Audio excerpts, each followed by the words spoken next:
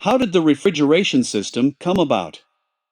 The American physician John Gorey, 1803 to 1855, worked in Apalachicola, a port city in Florida, where the climate was scorching.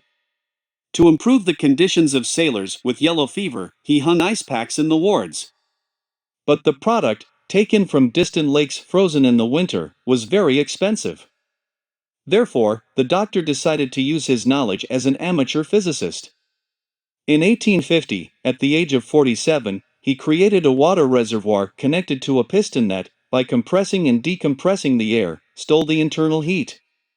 So, in one fell swoop, Gorey created the refrigeration system that would give rise to the air conditioner and refrigerator. However, no bank financed his project.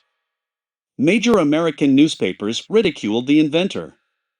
Gorey died poor and discredited in 1855. 5 years later, his equipment was successfully installed on ships to transport beef from Australia to England.